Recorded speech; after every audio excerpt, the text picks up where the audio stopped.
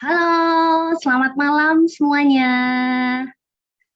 Ya, waduh, ini kita sudah ada bersama dengan 65 peserta seminar ya malam hari ini ya, luar biasa. Sebelum kita mulai, chat dulu, bisa di-chat bahwa, oh saya dari mana gitu ya, ada yang dari negara bagian mana mungkin gitu ya datang. Coba di-chat-chat dulu, ada yang dari luar kota mungkin, atau ada yang wow, ada yang dari Korea ya ternyata. Kok Korea ini saya tahu ya. Dari Bandung, banyaknya dari Bandung ya. Dari luar kota ada nggak nih? Oh, ada dari Ungaran tuh, Jakarta, Bandung. Kalau luar Indonesia ada nggak ya? Karena tadi saya lihat tulisannya ya, ada yang masuk dengan tulisan-tulisan yang saya tidak bisa baca itu. Oh, oke, kebanyakan dari Bandung semuanya ya. Siap ya. Wah, luar biasa nih, 67 orang kopo ya, oke. Papua, ada dari Papua juga, luar biasa ya. Dari berbagai penjuru, kita sama-sama malam hari ini kita mau belajar tema yang sangat menarik sekali dengan pembicara yang luar biasa malam hari ini, coping with disruptive teenager. Ya, jadi bagaimana cara kita mengatasi remaja-remaja kita yang mungkin masanya sudah masa yang sulit ya, menurut kita untuk dikendalikan. Sebelum mulai, saya ada satu game permainan dulu ya, supaya kita rileks dan mungkin ini yang belum ada di tempat duduknya, yang masih tutup kamera boleh dibuka kameranya ya, supaya kita sama-sama bisa saling kenal satu dengan yang lain. Nah, ini permainannya mudah sekali. Jadi sebentar saya akan tunjukkan satu gambar. Saya akan hitung 1 sampai 10. Setelah itu dilihat apa yang dilihat dari gambar itu ya. Apapun yang dilihat, katakan secara jujur. Di chat ya, di chat ya, di chat ya. Oke, sudah siap ya? Sudah siap ya, oke. Silakan ditunjukkan gambarnya. Oke, 1, 2, 3, 4, 5, 6, 7, 8, 9, 10. Oke, di stop. Coba di chat, saya mau baca. Jujur ya, lihat apa? Ayo senyum-senyum ya. Ya senyum-senyum nggak apa-apa, jujur.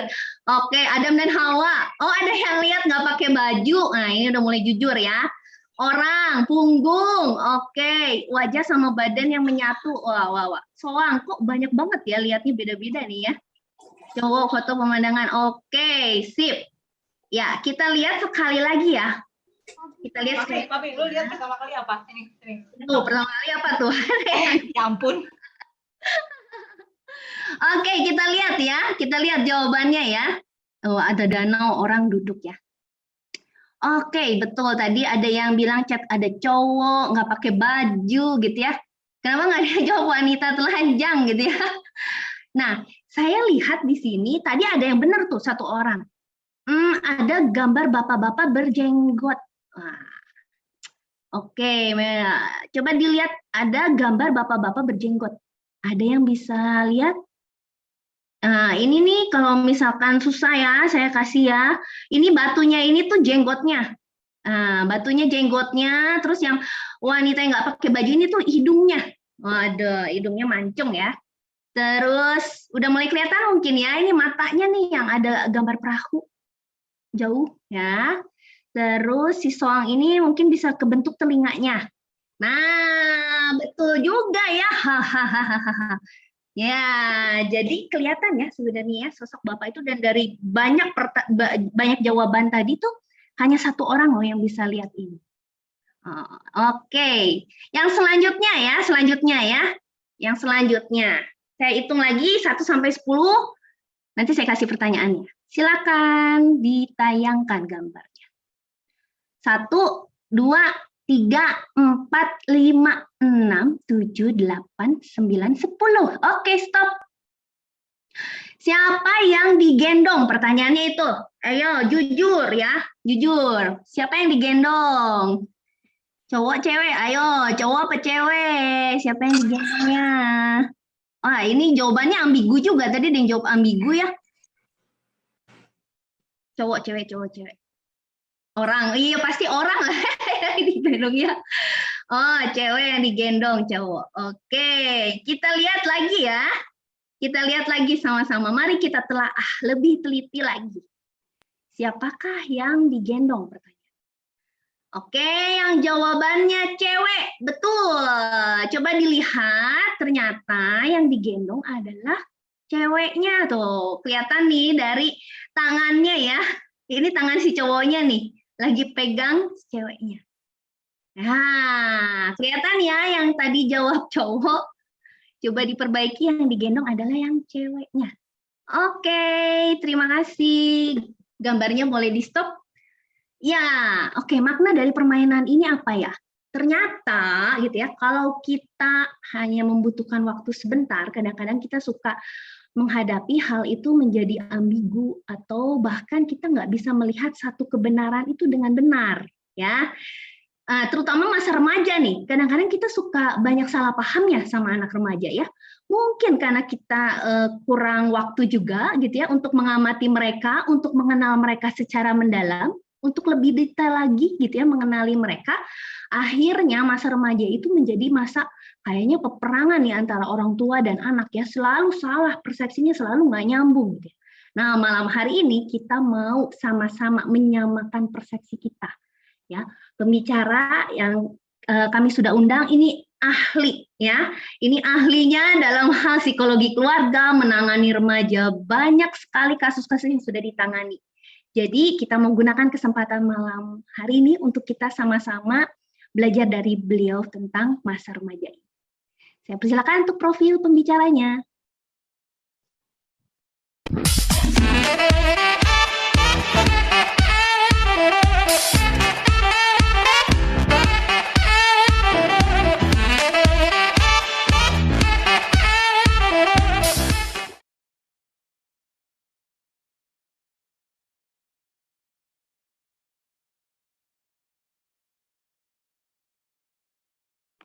Oke, silakan Ibu Pinkan. Saya persilakan untuk tempat dan waktunya. Terima kasih Kak Yohan, selamat malam. Teman-teman semua, salam kenal. Buat yang belum kenal, ada yang sudah kenal saya lama.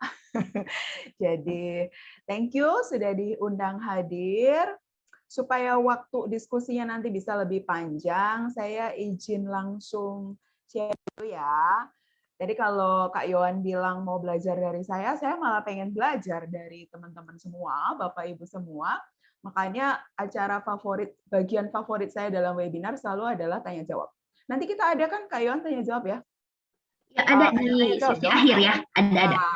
Ya. Jadi teman-teman, Bapak Ibu Saudara nanti feel free untuk boleh tulis chat ya Kak Yohan ya, kalau dalam presentasi udah ada pertanyaan? Boleh nanti di chat. Supaya nggak lupa Kak Yohan, biasanya kalau udah lagi dengerin sesuatu terus nanti udah lewat suka lupa ya. Iya, betul. Teman-teman boleh banget silahkan untuk nanti menulis di chat during presentasi. Kalau sudah ada hal yang menggugah ingin ditanya silahkan.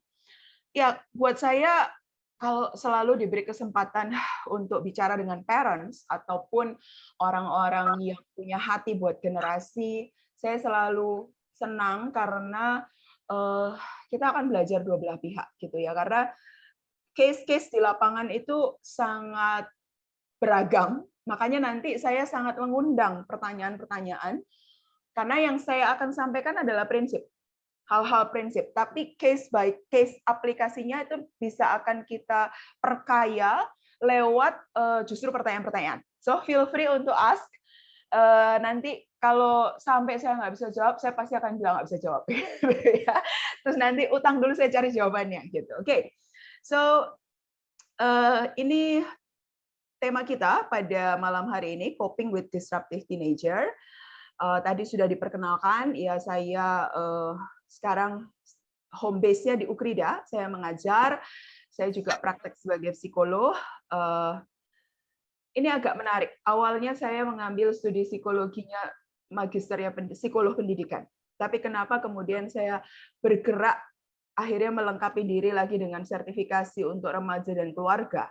Karena kalau psikolog pendidikan biasanya ketemu masalah di sekolah ya Bapak Ibu. Setelah digali-gali-gali, tahu dong akar masalahnya ada di mana? Akar masalahnya di rumah gitu ya. Nah, ini yang kemudian membuat saya sebagai awalnya psikolog pendidikan lalu ya memperlengkapi diri dengan certified untuk yang marriage, untuk yang family, karena ternyata deep down anak-anak kita ketika punya isu di sekolah, kita bisa lihat akarnya itu sebetulnya di rumah, gitu ya. Lalu itu sudah tadi dibaca, saya certified yang sudah saya coba belajar terus.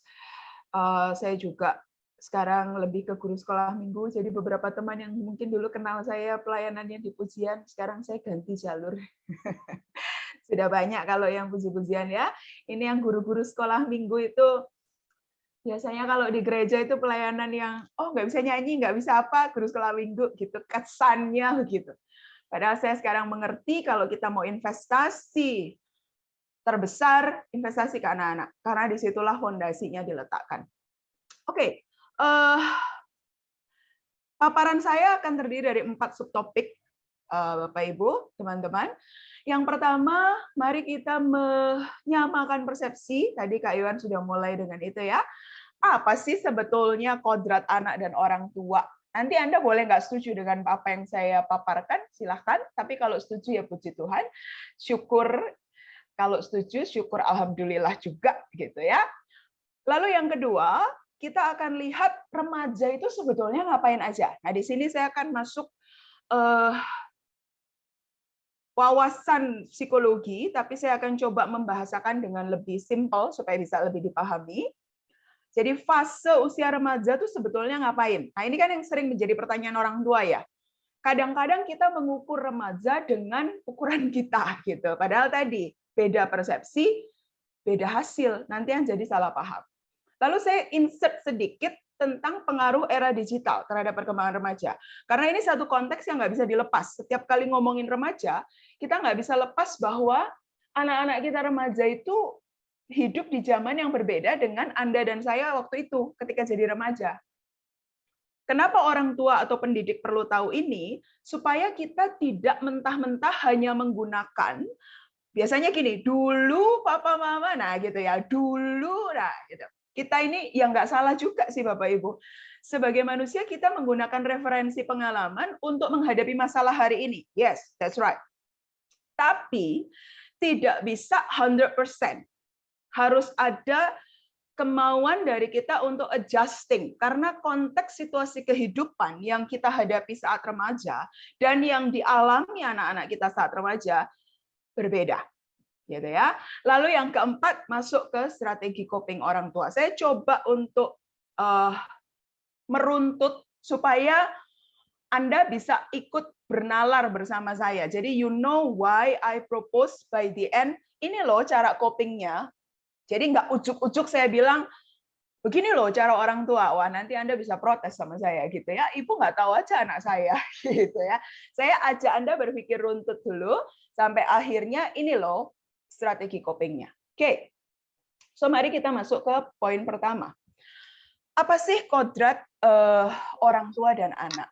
Saya pakai analogi tanaman ya, Bapak Ibu Saudara, supaya memudahkan. Di balik analogi ini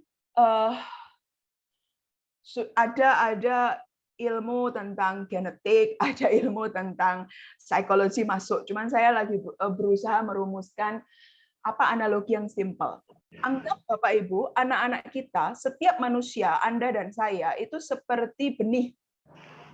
Benih, di dalam benih, kalau kita bicara misalnya benih mangga gitu ya, biji mangga itu.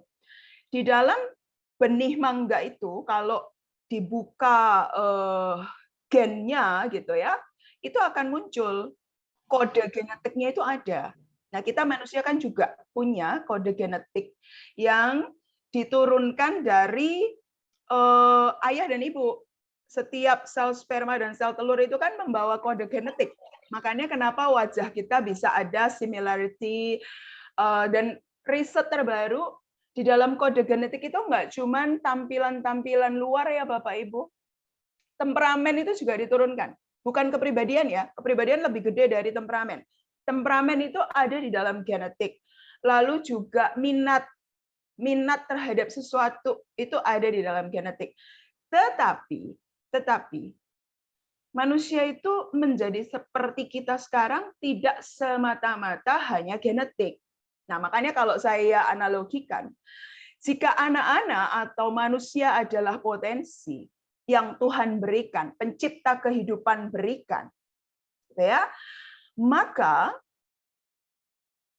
ada partner dari Sang Pencipta kehidupan untuk merawat potensi ini. Kalau kita pakai analogi tanaman, maka keluarga adalah seperti ladang persemaian. Benih tanaman kalau tidak diletakkan di tanah yang baik atau sarana tanam yang baik, dia akan mati. Dia tidak akan bisa, meskipun di dalam biji itu ada potensi menjadi pohon mangga yang berbuah manis. Tapi kalau tidak ditanam di tanah yang sesuai, tidak dirawat dengan pupuk, air, sinar yang sesuai, maka boleh jadi potensi itu akan terkubur. Nah, kita sering mendengar ya, orang mengatakan kuburan itu tempat kekayaan terpendam. Karena ada banyak orang yang mungkin berakhir hidupnya tanpa betul-betul sudah mengoptimalisasi, mengaktualisasi potensinya. Nah, Bapak Ibu Saudara, kalau Tuhan izinkan Anda punya anak kandung ataupun anak asuh, tadi saya appreciate sekali dengan apa yang dilakukan oleh Rumah Ruth. Anak diizinkan lahir, kemudian siapapun yang merawatnya, keluarga yang merawatnya adalah mitra Sang Pencipta. Tujuannya apa?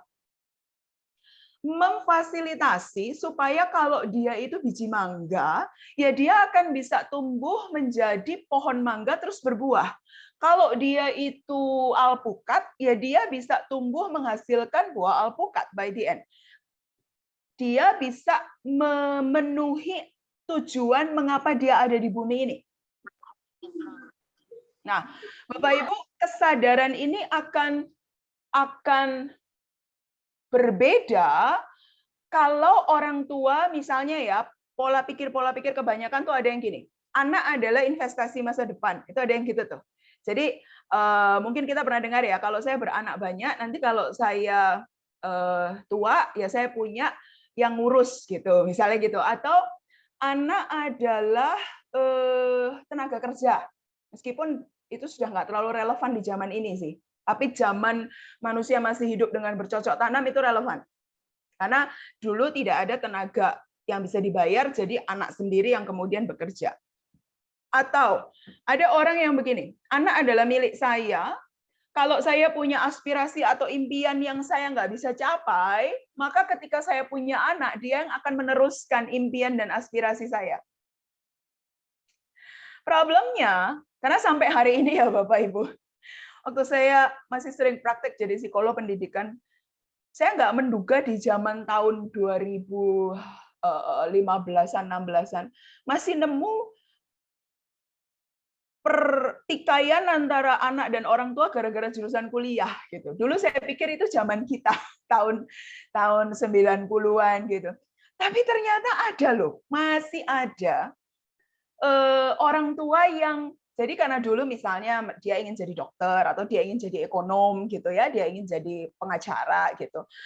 Ketika menghadapi anak yang kemudian misalnya saya mau kuliahnya apa ya, desain grafis, kalau sekarang mungkin orang tua sekarang udah open. Tapi 10 tahun lalu ngomong DKV, orang tuanya ngomong gini, lu mau kerja apa? Gitu kan. But the thing is, Bapak Ibu, sadarkah kita bahwa boleh jadi ada orang tua yang pas genetiknya turun, minatnya sama orang tua, tapi ada yang enggak gitu. Boleh jadi enggak, boleh jadi di keluarga itu mungkin ada genetik dari kakeknya atau apa yang ternyata seniman gitu. Sementara Anda itu orang tua dua-duanya scientific. Nah, kerendahan hati orang tua. Satu bisa. Oke, kerendahan hati orang tua untuk menyadari bahwa Sang Pencipta kehidupan menitipkan kepada Anda itu sebuah potensi. Namanya potensi ini memang perlu dieksplor ya, Bapak Ibu. Nah, nanti saya akan tunjukkan bagaimana masa remaja sesungguhnya adalah masa eksplorasi. sebagai mitra Sang Pencipta, kita perlu peka, ini anak tuh sebetulnya potensinya apa? Kita menjadi persemaian untuk dia bisa tumbuh menjadi tunas yang kuat. Kalau masih pakai analogi tanaman, pada saat dia secara legal usia 18-17 tahun dapat KTP, atau dia sudah selesai Anda membekali sampai S1 gitu ya, sudah dapat gelar, itu Anda mau nggak mau rilis. Dia akan hidup, membangun kehidupannya di luar persemaian Anda gitu. Dia akan sudah menjadi anggota masyarakat. Ya, jadi ini prinsip kodrat pertama. Nah, selanjutnya kita kemudian bertanya, kalau kebutuhan fisik biasanya semua orang tua tahu, saya yakin Anda semua tahu. Namanya ini pelajaran kita waktu SD kalau tidak salah ya. Manusia butuh apa? Sandang, pangan, papan. Gitu, itu udah hafal di luar kepala. Anda pasti akan begitu Anda punya anak, Anda akan urus soal biaya makan, biaya tinggal, biaya pendidikan, semua udah Anda rawat. Oke. Soal fisik saya nggak sentuh. Tapi hari ini, kalau kita bicara kodrat, pertanyaannya kan gini. Di dalam anak-anak itu kan ada psike, ada jiwa. Yang nggak kelihatan. Yang kelihatan ini tubuh, Bapak-Ibu ya. Psike atau jiwa ini kebutuhannya apa? Nah, sama halnya kebutuhan dasar fisik, sandang, pangan, papan, kebutuhan dasar jiwa itu ada, Bapak-Ibu. Kebutuhan dasar jiwa, satu, ini ada teorinya, tapi saya nggak pakai istilah teoritisnya ya, Bapak Ibu. Nanti kalau Anda mau iseng googling, Anda bisa googling self-determination theory. Satu, kebutuhannya adalah dikasihi. Itu basic banget, Bapak Ibu. So, setiap jiwa manusia butuh dikasihi. Bagaimana keluarga bisa menyediakan cinta tanpa syarat, itu challenge-nya. Kenapa saya katakan cinta tanpa syarat? Bapak, Ibu, Saudara, lingkungan di luar keluarga itu bisa kejam, dan Anda nggak bisa kontrol. Contoh ya, kalau kita bicara fenomena ngebully, anak SD kelas 3, 4 itu bisa ngebully. Anda mungkin pikir, oh, masih kecil-kecil, masih lucu kok bisa ngebully. Bisa. Apa yang saya ingin katakan? Once anak kita keluar dari keluarga, mereka masuk ke satu lingkungan sosial yang lebih besar. Nah, di dalam lingkungan sosial yang lebih besar, Anda tidak bisa kontrol itu. Biasanya, di dalam lingkungan sosial di luar keluarga, orang itu dikasihi dengan syarat. Contoh ya, secara alami guru itu lebih memperhatikan anak yang pintar. Gitu, biasanya gitu. Secara alami, kalau kita bicara dalam pertemanan ya, peer group, anak populer, jago olahraga, nilainya pinter, itu biasanya temannya banyak. Tapi kalau anak nerd, tahu ya, anak nerd yang pinter kikuk tapi kacamatanya tebel gitu. Kalau kawat gigi udah nggak relevan. Zaman kita kawat gigi nerd, zaman sekarang kawat gigi fashion. Jadi itu udah nggak relevan lagi ya. Nah, itu kan aneh kan, zaman dulu kawat gigi kita malu. Zaman sekarang berlomba-lomba pakai kawat gigi karena fashion. Anak nerd, anak yang kuper, itu akan jadi dengan mudah sasaran empuk untuk dibully. That's the thing. Karena memang dia terlihat berbeda. Nah, apa yang saya ingin katakan, once again, dunia di luar keluarga itu akan menerima dengan bersyarat. Itu faktanya lah, Bapak Ibu. Dunia kerja, ya bersyarat lah. Kalau Anda kompeten, kalau Anda enak dilihat, bukan rahasia umum ya. Kalau Bapak Ibu pernah dengar lately suka dibilang privilege of good looking people. Jadi kalau orang good looking, CV Anda masuk, biasanya HR tuh lihat dulu foto Anda gitu, good looking or not. Nah, ini kan ada ketidakadilan di luar keluarga. So that's why kalau kita kembali di mana seorang manusia bisa menemukan cinta yang tanpa syarat, supposed to be di keluarga. Saya ingin mengembalikan ke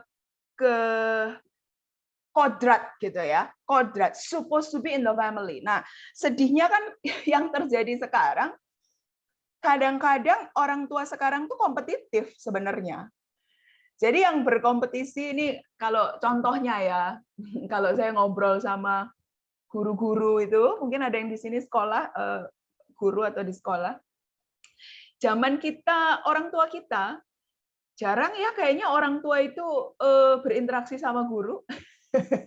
Jarang banget. Kalau mamah-mamah zaman now itu, guru kan ada di WA group itu ya, itu guru-guru itu sekarang stres, Bapak Ibu Saudara. Guru-guru pernah ada yang bilang, Bu, kadang-kadang saya pengen mematikan WA itu, Bu, tapi saya pasti diomelin sama mama-mama. Jadi kalau udah ada tugas atau ada apa, wah luar biasa. Ya ini fenomena Bapak Ibu, kadang-kadang kita perlu diam dan kemudian gini. Ini sebenarnya yang lagi punya ambisi dan berkompetisi ini siapa gitu. Siapa? Karena kita harus jujur mengaku. Kadang-kadang misalnya ya, saya sering tuh kalau anak TK itu ya. Kalau Anda tanya, kapan usia yang masih normal anak belum bisa baca? Secara teoritis ya, 7 tahun belum bisa baca, baru belajar baca, itu masih normal. Itu dia namanya late bloomer. Nanti somehow dia bisa catch up. Nah, sekarang kan begitu lihat anak sepupu, anak tetangga, tapi ada nggak Bu, anak yang umur 4 tahun sudah bisa baca? Ada. Cepat matangnya duluan di area kognitifnya, gitu. Nah, udah panik kan? Anaknya langsung, TK langsung dilesin baca, gitu, dipaksa, gitu, supaya bisa at certain standard. Nah, oke. So, cinta tanpa syarat, lalu yang kedua, kebutuhan jiwa manusia adalah kompetensi, bahasa fancy-nya itu kompetensi atau kemampuan. Bapak Ibu Saudara, manusia itu butuh merasa mampu. Makanya kenapa ada sekolah. Sekolah dasar belajar calistung, belajar ilmu dasar. Sekolah menengah mulai ilmu dasar itu dibawa ke dalam tataran yang lebih kompleks, lebih tinggi. SMA dibawa lebih kompleks lagi. Perguruan tinggi ilmunya mulai dipersempit, pilih satu ilmu didalami untuk menjadi sarjana, menjadi ahli sehingga bisa memberikan solusi kepada masalah di masyarakat. Kalau kita bicara pendidikan itu sebenarnya itu bukan masalah ijazah. Tapi ada leveling kemampuan. S2 master. Master itu artinya kalau sebuah bidang ilmu dia master, maka dia bisa melihat lebih tinggi dari sarjana. Dia bisa menganalisis masalah dengan lebih komprehensif. Kalau bicara doktor, maka itu bicara dia sudah menemukan satu temuan baru yang menambahkan kepada ilmu pengetahuan. So totally bukan masalah ngederetin gelar gitu kan ya. Sementara kalau di Indonesia ini kan kita berlomba-lomba ngederetin gelar. Pernah nggak Bapak Ibu joking sama diri sendiri ya? Buat apa di undangan itu ada gelar? Undangan nikah. Saya tuh pernah ketawa gitu. Apa urusannya ya? Karena nalarnya biasanya gelar itu dipakai kalau Anda memang ingin dipersepsikan sebagai akademisi di level itu. Cuman waktu saya ngobrol-ngobrol, ternyata itu adalah sebuah pesan kepada penerima undangan tentang taraf keluarga. Keluarga ini sudah bisa sampai seberapa nih, gitu istilahnya memfasilitasi achievement. Jadi it's about good name gitu. So ya oke lah. Saya nggak bilang itu salah benar, but if we want to look at deeper, actually ada beberapa hal yang menjadi kebiasaan sebetulnya showing something. So anyway, jiwa manusia butuh merasa mampu. Nah Bapak Ibu, perhatikan. Remaja biasanya mulai berulah yang aneh-aneh kalau dia punya isu dalam kompetensi tertentu. Kompetensi akademiknya bermasalah, mulai itu berulah. Nggak usah remaja deh, anak SD aja begitu. Nakalnya keluar gitu. Atau kompetensi bersosialisasi. Kalau dia nggak bisa berteman, dia dibully, dia punya isu berelasi dengan teman, nggak bisa masuk ke teman, mulai berulah. Kan gitu. Mulai ada tuh. Pola pikir yang sama, kalau dia merasa tidak dikasihi, tidak merasa dicintai, berulah juga kan? Karena kebutuhan jiwanya tidak dipenuhi. Nah, yang ketiga, manusia itu butuh otonomi. Atau saya tulis di sini kemandirian. Ini sangat khas di remaja, Bapak Ibu, karena remaja adalah transisi dari anak-anak menjadi dewasa. Seringkali orang tua nggak siap ketika anaknya mulai tidak lagi membutuhkan mereka seperti ketika anak-anak.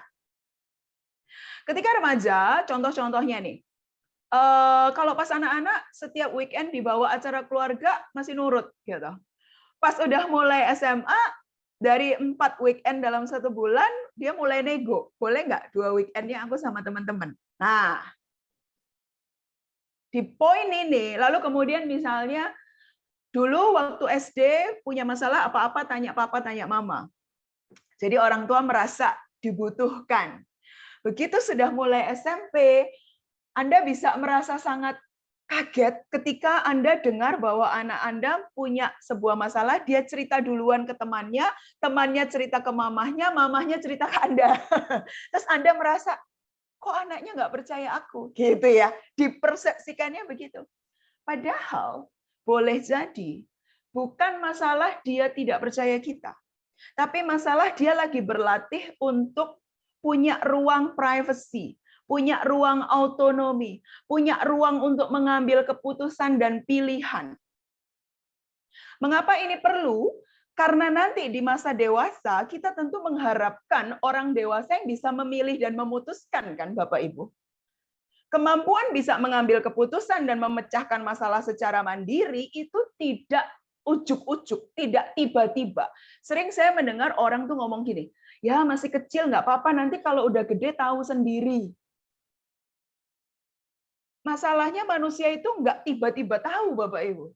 Manusia adalah makhluk kebiasaan. Apa yang dilakukan terus-menerus menjadi kebiasaan, apa yang dilakukan menjadi kebiasaan, kemudian menjadi karakter. Jadi ada satu proses habituasi. Nah, kalau kita ingin anak kita di usia dewasa ketika kuliah bisa mandiri, bisa mengambil keputusan, maka mentransisikan. Kalau tadinya di SD keputusan orang tua 100%, pilihannya dari orang tua misalnya. SMP mulai dikurangin lah, mulai diberi ruang. Kamu mau pilih yang mana, nak? Kalau pilih ini, konsekuensinya ini. Kalau ini, konsekuensinya ini. Kita paparkan konsekuensi. SMA makin-makin, Bapak Ibu.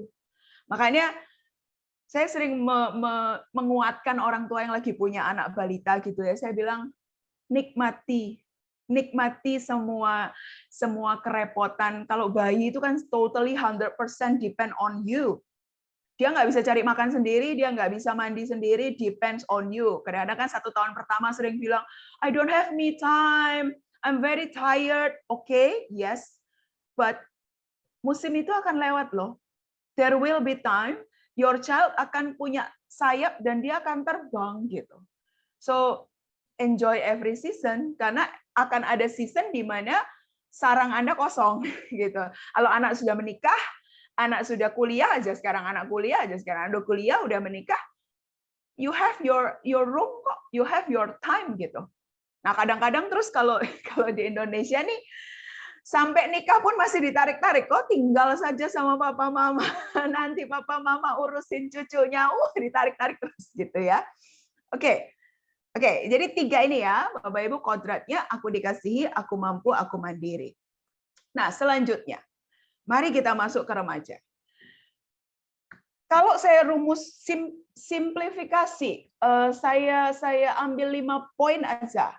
Saya waktu bikin materi ini tuh ketawa sendiri karena gini loh Bapak Ibu. Remaja tuh sibuk hidupnya. Nah, kita bilang usia remaja itu dari sekitar usia 11, 12 ya. Intinya begitu dia sudah mulai pubertas.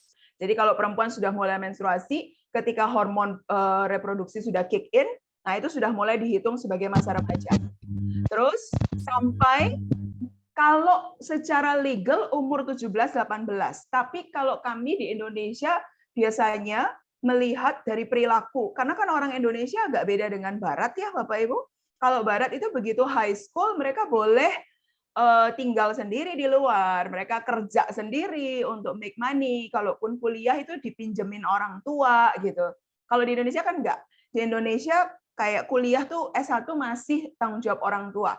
So remaja tuh bisa extend sampai di sekitar tahun ke-1 kuliah. Jadi sekitar usia 19-20-an. Gitu ya. Karena memang budaya kita take care anak ini sampai biasanya dilepasnya baru kalau udah kerja gitu. Nah, masa remaja, jadi setelah nanti dia akhir kuliah kita baru bilang dewasa awal gitu ya, dewasa awal. Nah, kalau sebelum itu ya remaja akhir berarti. ada 5 hal yang menjadi ciri khas. Kita akan bahas satu persatu. 1, pubertas. 2, tekanan teman sebaya. 3, eksplorasi bakat minat. 4, mengkonstruksi identitas diri. Dan 5, mematangkan akal budi. Sibuk kan hidupnya Bapak Ibu? Ini fokus hanya pada remaja. Fase anak-anak punya tugas perkembangannya sendiri, kita nggak bahas di webinar ini, gitu ya. Webinar lain kita bisa bahas. Jadi di setiap usia manusia itu ada tugas perkembangan. Anda dan saya usia dewasa, ini kita punya tugas perkembangan juga. Nah, itu kalau yang tertarik Anda bisa googling psikologi perkembangan tuh belajarnya itu. Nah, pertama, masuk pubertas. Saya kira ini umum ya, kita sudah tahu ada perubahan fisik karena hormon yang kick in, ada ciri seksual sekunder, kemudian ini seksual sekunder itu jakun, payudara, pinggul yang membesar kalau perempuan, laki-laki kumis dan sebagainya. Hormon testosteron pada laki-laki, hormon estrogen progesteron pada perempuan. Itu on kick gitu ya, onset. Nah, kemudian hormon itu akan mempengaruhi suasana hati dulu, reaksi emosi. Makanya kalau anak remaja mudi, labil, yang dulunya pas kanak-kanak sweet, kalau udah remaja mulai sering cembetut, mulai sering nyolot kalau jawab, gitu ya Bapak Ibu. Please understand, maybe itu juga karena pengaruh gejolak hormonalnya dia. Ibu-ibu yang pernah hamil pasti mengerti maksud saya. Kehamilan adalah salah satu fase dalam hidup perempuan di mana hormonalnya juga bergejolak. And then mood Anda jadi swing kemana-mana. Gitu ya. Ini juga akan mempengaruhi kepada citra tubuh. Karena pada saat pubertas, boleh dibilang, tubuhnya itu belum betul-betul dewasa. Jadi kayak masih tanggung. Bapak Ibu pernah bayangin anak laki-laki SMP? Badannya udah tinggi, mukanya masih kanak-kanak tapi kumisan. Kalau dilihat kan kayak nggak bagus gitu ya, kayak kagok, kayak udah gede tapi kanak-kanak gitu. Nah ini juga buat mereka sendiri bisa mempengaruhi isu citra tubuh, apalagi kalau punya isu-isu misalnya terlalu overweight, terlalu kurus, terlalu pendek, terlalu gelap kulitnya, terlalu sipit, banyak itu isunya ya, Bapak Ibu Saudara, itu penting buat mereka karena mereka lagi berusaha being accepted. Lalu dia mulai tertarik kepada orang lain di luar keluarga. Hormon pubertas yang mulai kick in membuat mereka mulai merasakan yang namanya ketertarikan kepada teman, bisa affectionate ke teman ya. Jadi ke teman itu rasanya kok lebih trust ya daripada ke mama atau ke papa. Boleh jadi ke siblings mereka lebih nyaman, atau ketertarikan kepada lawan jenis. Sekarang malah mulai berkembang ketertarikan kepada jenis yang sama. Ini isu-isu yang juga harus mulai dicermati. Karena gini, mereka merasakan arousal, keterbangkitan gairah, tapi mereka mendefinisikan itu sebagai cinta. Nah, kemudian kan ketika usia pubertas, mengapa menjadi penting untuk kita melakukan edukasi apa itu cinta, apa itu sexuality, apa itu dating.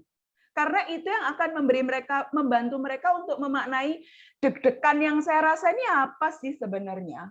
Saya nyaman di dekat dia ini apa namanya. Nah itu, unless kita edukasi mereka, internet edukasi mereka. Oke. Lalu tampilan luar seperti orang dewasa, tapi kapasitas berpikir matang masih dalam proses menjadi matang. 20 tahun terakhir, neuroscience menolong kita sekali untuk memahami remaja. Bapak Ibu dengan saya coba simplify ya. Bagian otak moral kita itu namanya prefrontal cortex. Itu bagian otak depan sini nih Bapak Ibu. Ini otak yang bahasa sehari-hari itu akal budi kita, yang membuat kita jadi bisa bernalar, nggak impulsif, kalau ngambil keputusan tuh dipikirin matang-matang konsekuensi dan resikonya, kita nggak nekat melakukan sesuatu. Neuroscience memberitahu kita, prefrontal cortex baru matang di usia 20-an.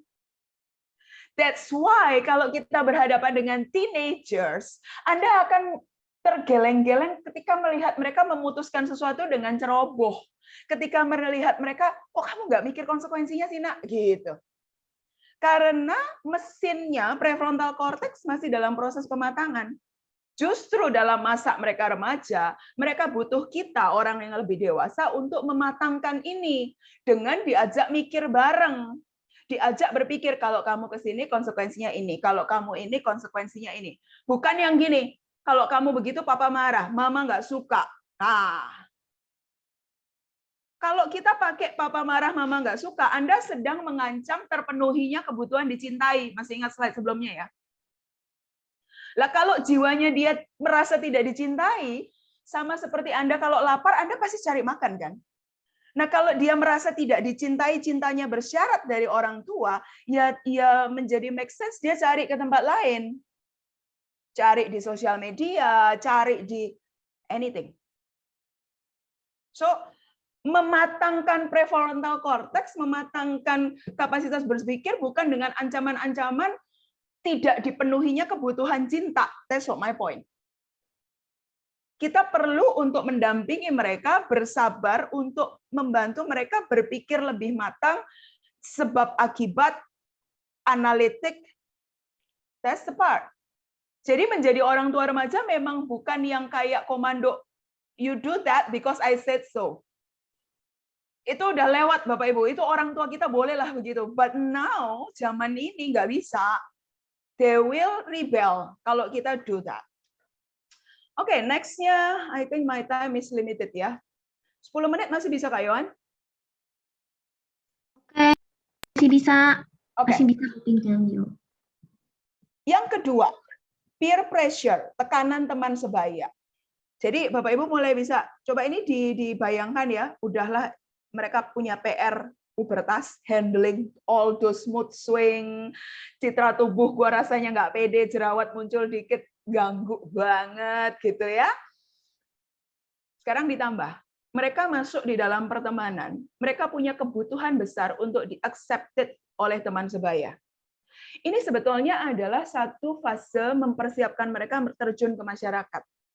Coba Bapak Ibu, kita dulu suka berpikir teman sebaya itu ancaman bagi keluarga. Tapi gini, waktu orang menjadi dewasa kan dia nggak selamanya stay in our little family ataupun the big family. Dia pasti akan berinteraksi dengan masyarakat yang lebih luas dari keluarganya. So, pada usia remaja, dia latihan dulu dengan peers, dengan teman sebaya. Dia latihan dulu dengan teman sebaya. Dia perlu untuk memahami tanda-tanda social cues.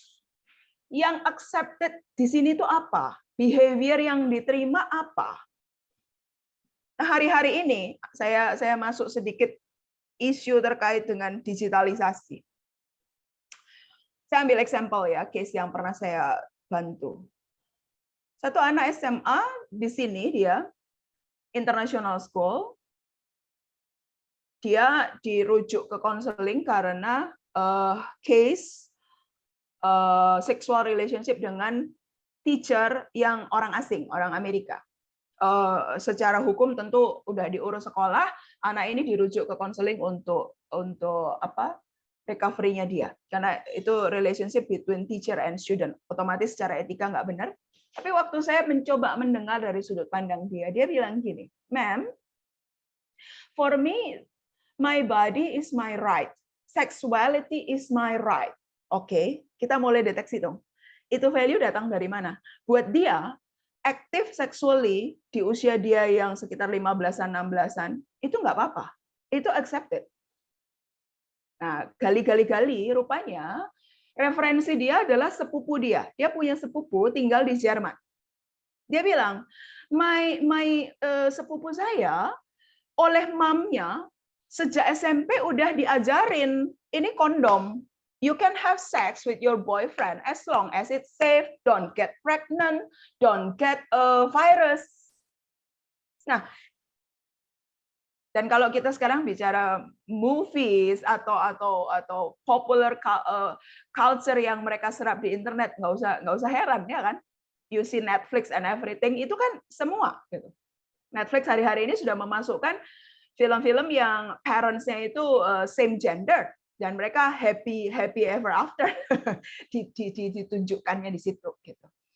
So social cues. Nah, Bapak Ibu Saudara bisa membayangkan menjadi remaja zaman sekarang betapa lebih beratnya dibanding zaman kita yang waktu itu akses informasi nggak kayak sekarang. Mereka harus pick and choose dari ratusan bahkan ribuan information atau lifestyle atau behavior atau attitude. Which one yang they should adopt? It doesn't easy to becoming teenager. Gitu kan? Saya tunjukkan satu video, semoga ini bisa membuat kita lebih empati ya sama anak-anak remaja kita.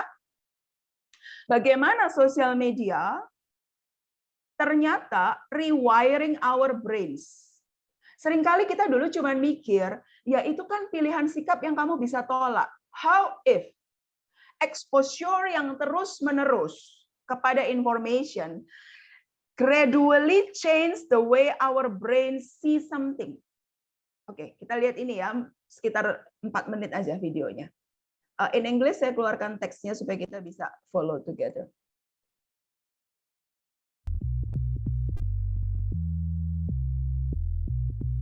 Suara kedengar ya Kak Yohan?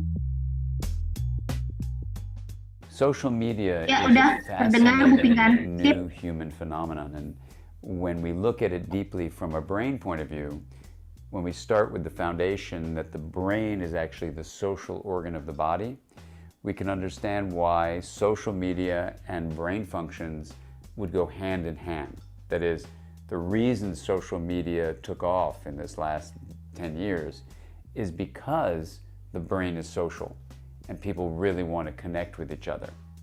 And then when social media was designed and keeps on creating itself, then the social media, in fact, is going to be shaping the brain so that the brain is responsive to culture.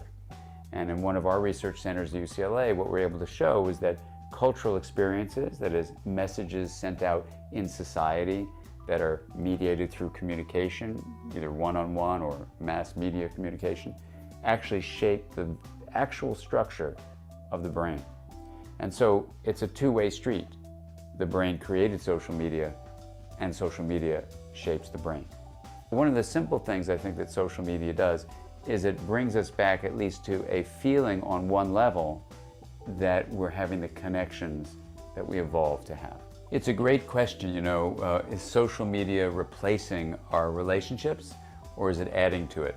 From a brain point of view, the difference between, let's say, email and social media versus face-to-face interaction is very interesting. So studies, for example, that have shown what it's like when you actually are with someone face-to-face, where you have eye contact, you're sharing facial expressions, there's a tone of voice you can hear, the posture of the person, the gestures, the timing of what they do, the intensity of what they respond with. Those 7 signals, and those are eye contact, facial expression, tone of voice, posture, gestures, timing, intensity. If you memorize those, it's really useful because then you'll see what texting, what email, and what most social media actually is lacking. Now, when you look at what area of the brain both sends out those nonverbal signals and receives them and makes sense of them, it's the right hemisphere of the brain. And the right hemisphere of the brain is much more closely connected to the lower regions, so the higher right areas are connected to the lower regions of the brain, and those lower regions work with the body itself to create our emotions, to give us the felt texture of lived life. So one deep concern that I have as a developmental theorist and a developmental clinician is that the more and more people spend time not using nonverbal signals and instead use mostly verbal ones, that is, text with language that has this linear way of being distributed, you're activating primarily your left hemisphere, which in the brain is much more distant from the lower areas that help mediate emotion with the body. And even autobiographical memory is dominant on the right side. So you're much more into just logistics. Even thinking about how people are going to care about you or like you is a left brain thing, which is fascinating. It's called social display rules. So from a hemisphere point of view, what I'm deeply concerned about is if social media, email, texting are not actually getting people more face-to-face time with each other or getting them in touch with even what's going on inside of them, then the new generation will be much more used to a very surface level of experiencing the world. So there's nothing inherently wrong with social media, but if it is replacing time for face-to-face, then that could be a big problem. Oke. So, social cues yang saya maksud tadi, gesture, eye contact, itu nggak bisa digantikan dengan teks verbal. Nah, Bapak Ibu Saudara bisa membayangkan social pressure-nya dari generasi remaja sekarang yang mostly everything, apalagi PJJ 2 tahun ini, mostly everything using text, dan mereka semakin terbiasa untuk hiding behind the screen. Kita juga kan, sometimes ketika kita not really comfort, kita lebih baik hiding behind the screen. But it's okay, itu naturally human attitude. Tapi kita ini udah dewasa gitu loh Bapak Ibu. Otak kita sudah pernah distimulasi dengan latihan nonverbal cues. Kebayang nggak kalau anak-anak remaja tidak memperoleh stimulasi itu? Makanya kalau saya ditanya ya, SD, SD dan TK bisa nggak ya PJJ? Saya bilang nggak. Itu darurat. Segeralah sebisa mungkin kembalikan untuk mereka tatap muka. Karena stimulasi non-verbal cues, social cues, itu yang perlu. Udah mulai dilaporkan ya Bapak Ibu, remaja-remaja yang nggak senang ketika kembali tatap muka. Mereka lebih suka di balik screen. Kenapa? Karena once ketemu orang, mereka bingung harus eye contact gimana. Mereka canggung harus memperkenalkan diri and everything. Gitu. That's why ya nanti kalau talking about metaverse another story. Cuman saya juga masih oke, we'll see gitu ya. Nah, tugas yang ketiga, eksplorasi bakat minat. Ini kita cepat aja. Saya kira Bapak Ibu juga tahu ya, tujuan sekolah, tujuan hobi, tujuan ekstrakurikuler. Kita bisa fasilitasi dia les ini, les itu, dan sebagainya. Inilah yang kalau kita tadi pakai analogi benih, inilah waktunya si remaja itu explore, nyoba. Kalau saya olahraga kira-kira cuman sebatas hobi atau bisa jadi atlet. Kalau saya main musik dan nyanyi cuman sebatas hobi atau bisa sampai jadi penyanyi. Kalau saya dancing sebatas hobi atau bisa jadi karir. Kalau saya suka math sebatas tahu math dasar atau bisa jadi karir. Gitu. Ini yang perlu kita bantu. Jadi selain belajar akademik, saya tunjukkan gambar di kiri, Bapak Ibu. Kalau cuma cerdas kognitif, itu adalah ilmu pengetahuan zaman kita. Zaman sekarang, dengan teori multiple intelligence yang dikemukakan oleh Howard Gardner, buku-bukunya juga ada, itu populer, kecerdasan manusia diakui nggak cuma logik akademik saja. Manusia yang jago di picture smart, gitu ya, desain, fotografi, atau atlet itu body smart. Ada music smart, ada people smart, ada word smart. Ada nature smart. Orang-orang seperti Cesar Millan itu nature smart karena dia bisa berinteraksi dengan hewan gitu. Nah, ini mulai diakui oleh dunia sebagai kecerdasan dan mulai bisa menemukan tempatnya untuk menjadi karir.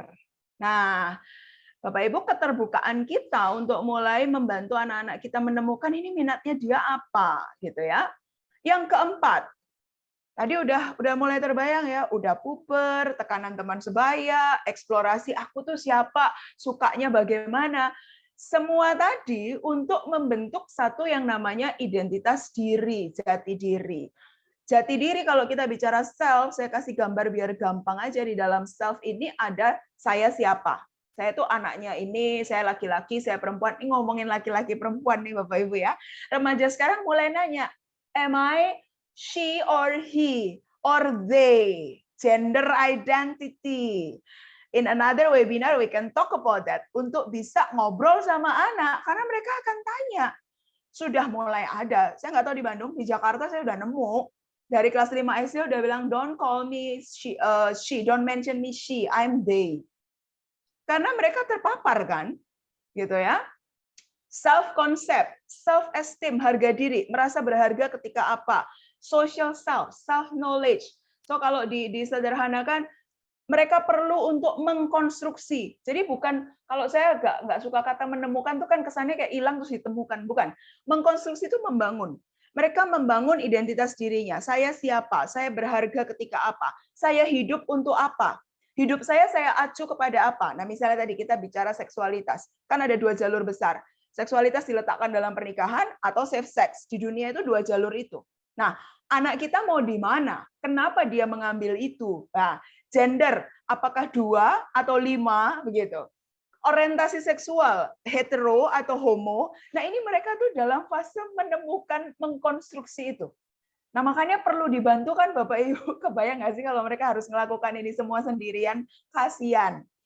Arah dan cara pencapaian tujuan. Kenapa saya bilang cara? Karena di luaran sana mereka ditawari cara-cara shortcut.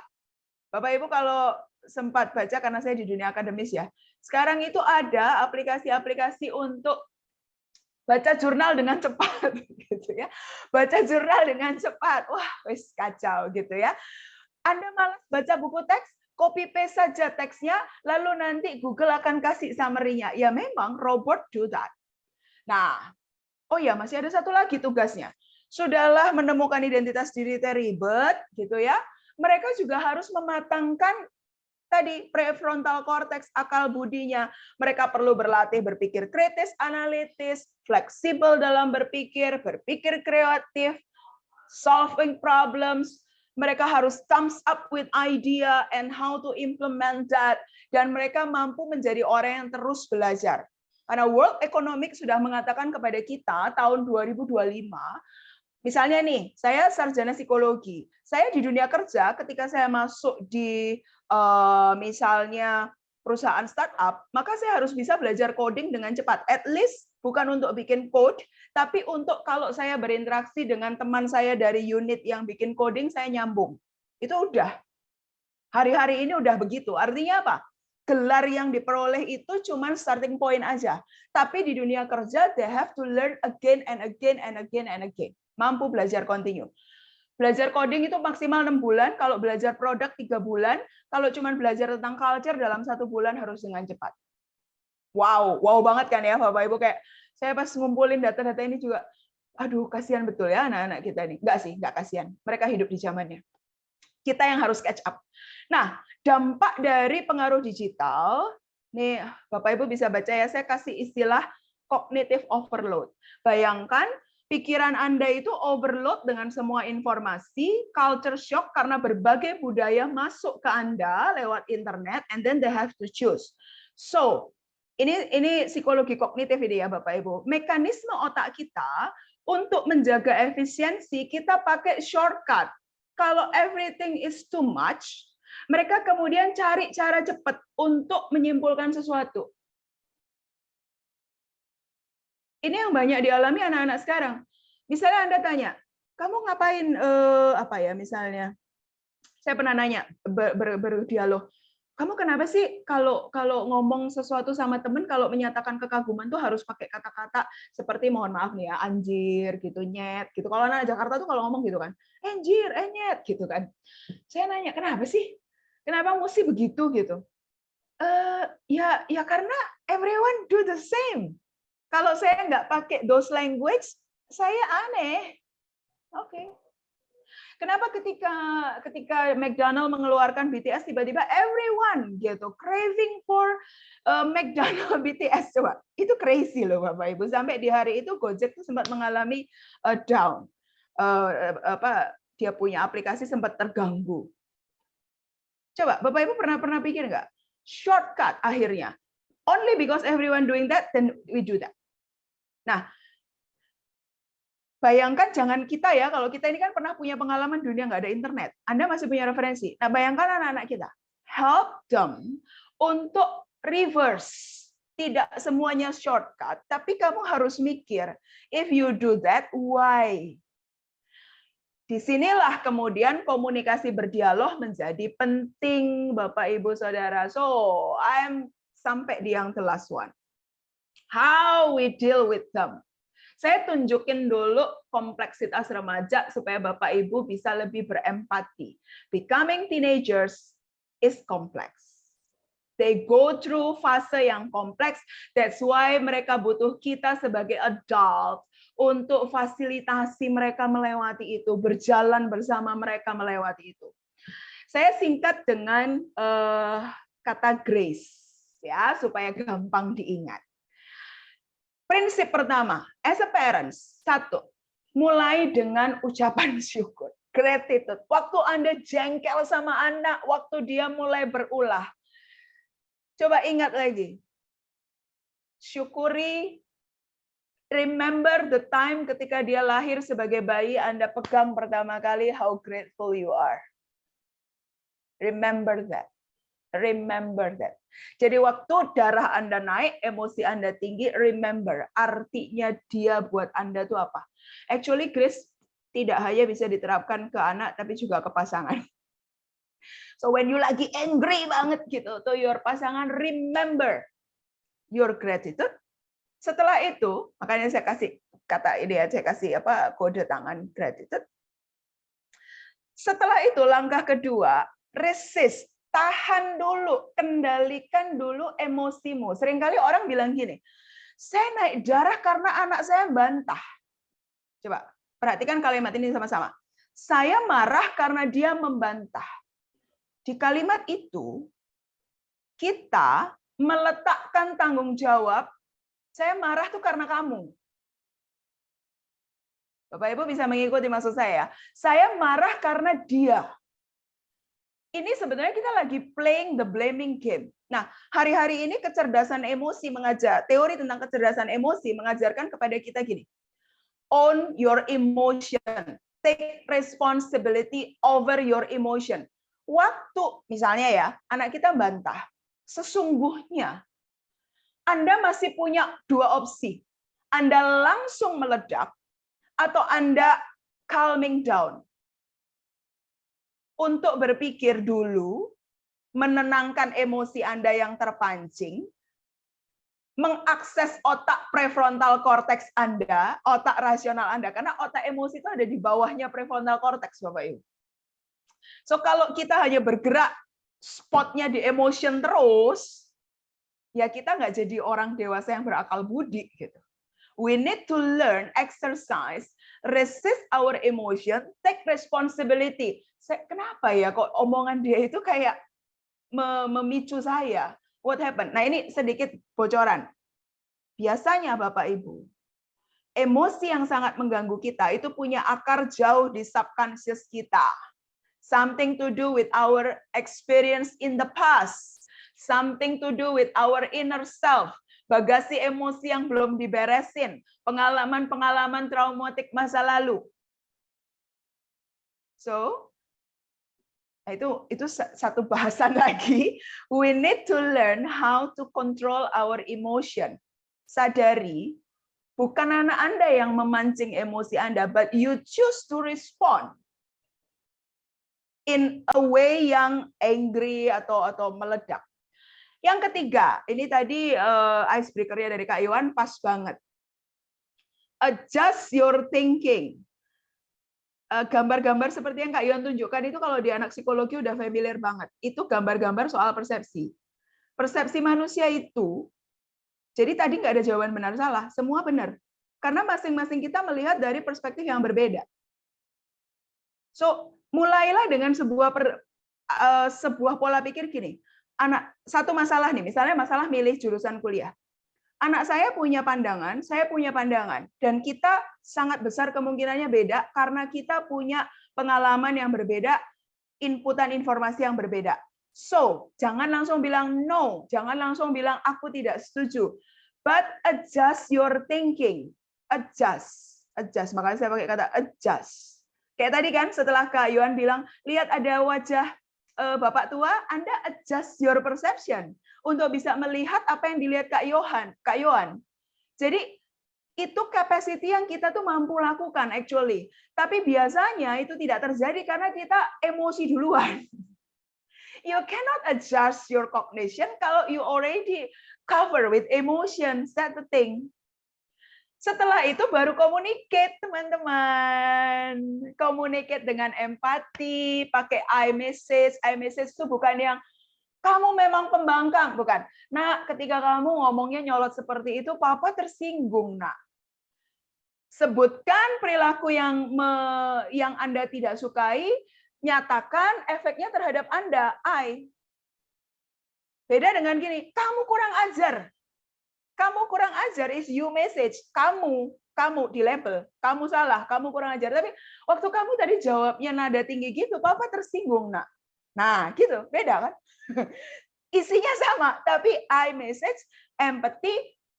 Terakhir, untuk menutup proses friksi itu, please give apresiasi. At least gini, makasih ya, nak.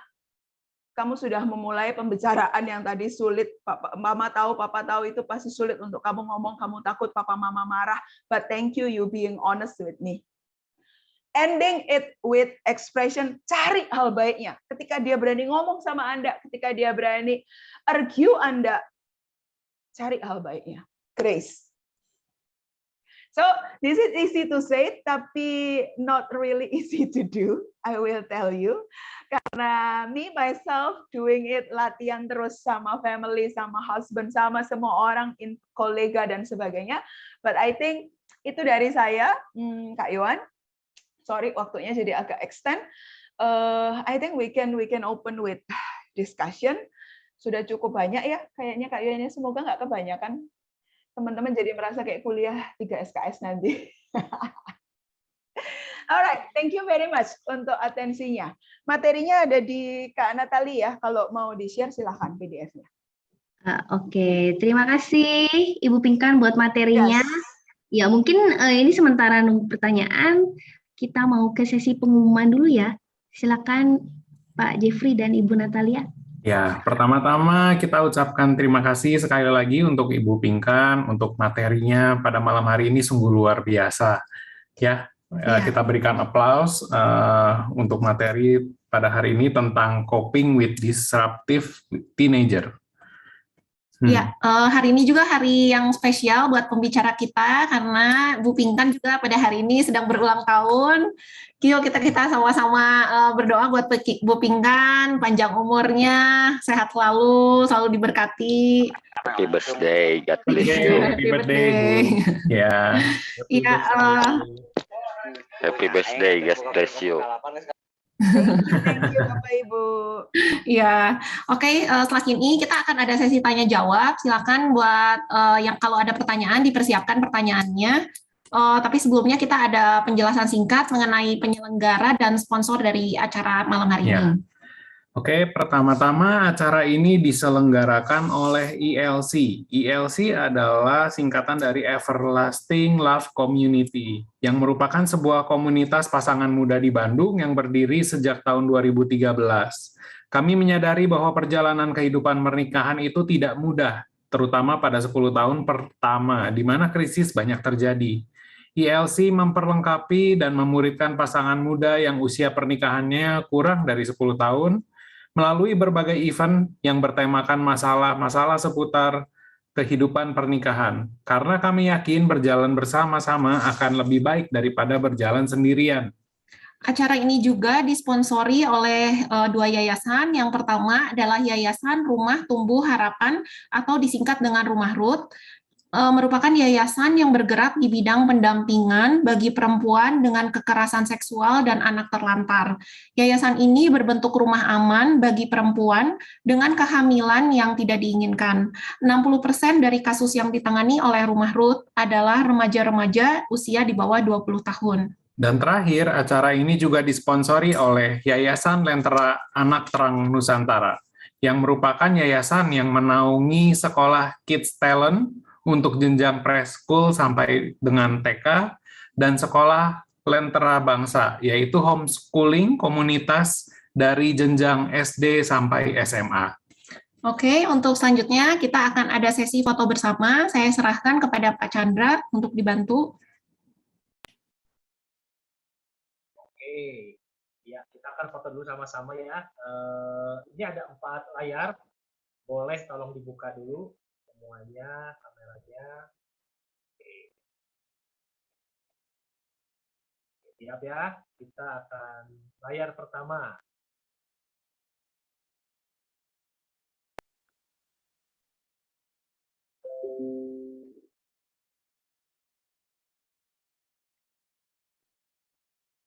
Oke, layar kedua. Ya.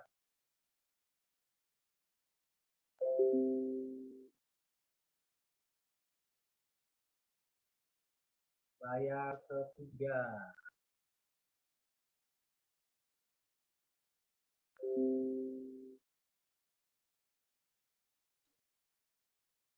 Layar keempat.